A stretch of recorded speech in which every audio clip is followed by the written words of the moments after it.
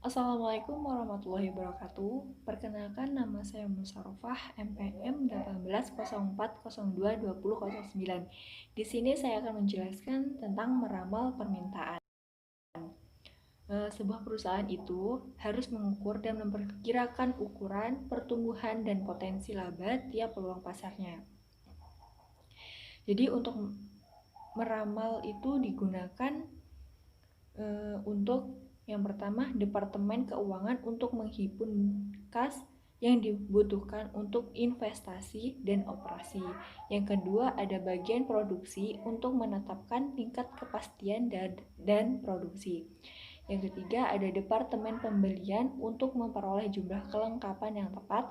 Yang keempat, ada bagian SDM untuk memperkerjakan jumlah prakerja yang dibutuhkan. Jadi, ramal penjualan itu didasarkan pada estimasi permintaan. Bila perkiraan ternyata jauh dari kenyataan, perusahaan akan menanggung beban kelebihan kapasitas atas persediaan barang tidak memadai. Dalam meramal permintaan itu terdapat dua tipe permintaan. Yang pertama ada permintaan pasar, dan yang kedua ada permintaan perusahaan. Untuk yang pertama yaitu permintaan pasar, yaitu adalah volume total yang akan dibeli oleh kelompok pelanggan tertentu di wilayah geografis tertentu pada periode tertentu di lingkungan pemasaran tertentu dan dengan program pemasaran tertentu. Yang kedua ada potensi pasar. Potensi pasar itu adalah batasan yang didekati oleh permintaan pasar ketika pengeluaran pemasaran industri itu mendekati tak terhingga untuk lingkungan pemasaran tertentu.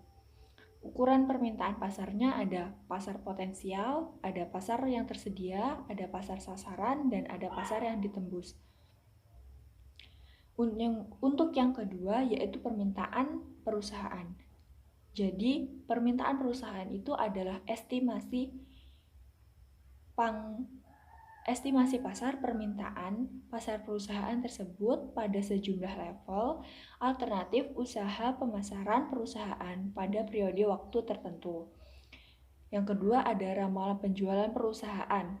Jadi ramalan penjualan perusahaan itu adalah level penjualan perusahaan yang diharapkan, yakni yang dihitung berdasarkan rencana pemasaran yang dipilih dan lingkungannya pemasaran yang diasumsikan. Selanjutnya, ada fungsi-fungsi dari permintaan pasar. Yang pertama yaitu permintaan pasar sebagai fungsi pengeluaran pemasaran industri. Yang kedua ada permintaan pemasaran sebagai fungsi dari pengeluaran pemasaran industri. Lalu ada konsep ramalan penjualan, yaitu ada kuota penjualan dan anggaran penjualan. Untuk selanjutnya ada mengestimasi permintaan terkini.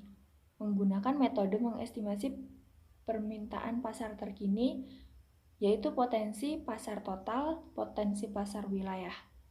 Untuk menilai potensi pasar wilayah ada metodenya, yaitu metode pembentukan pasar. Yang kedua ada metode indeks banyak faktor. Untuk mengestimasi permintaan yang akan datang, itu prosedur menyiapkan ramalan penjualan, seperti menyiapkan ramalan penjualan. Yang kedua menyiapkan ramalan industri, yang ketiga menyiapkan ramalan penjualan perusahaan. Dasar informasi dalam merancang ramalan, yaitu apa yang dikatakan orang, apa yang dilakukan orang, dan apa yang telah dilakukan orang. Dasar pertama, apa yang dilakukan orang-orang, yaitu melibatkan survei atas pendapatan pembelian atau sejumlah pihak yang dekat dengan pembelian atau staf penjualan atau ahli dari luar penjualan. Yang kedua, ada dasar penjualan pertama terdiri dari 3 metode, yaitu survei atas maksud untuk pembeli. Yang kedua ada gabung pendapatan staf penjualan. Yang ketiga ada pendapatan para pakar. Yang kedua, apa yang dilakukan orang-orang, yaitu melibatkan metode penempatan produk ke pasar uji untuk mengukur tanggapan pembeli. Yang ketiga, ada apa yang telah dilakukan orang-orang, yaitu mencakup analisis deret waktu atau analisis permintaan menggunakan statistik. Sekian presentasi dari saya akhiri, wabillahi taufiq wal hidayah. Wassalamualaikum warahmatullahi wabarakatuh.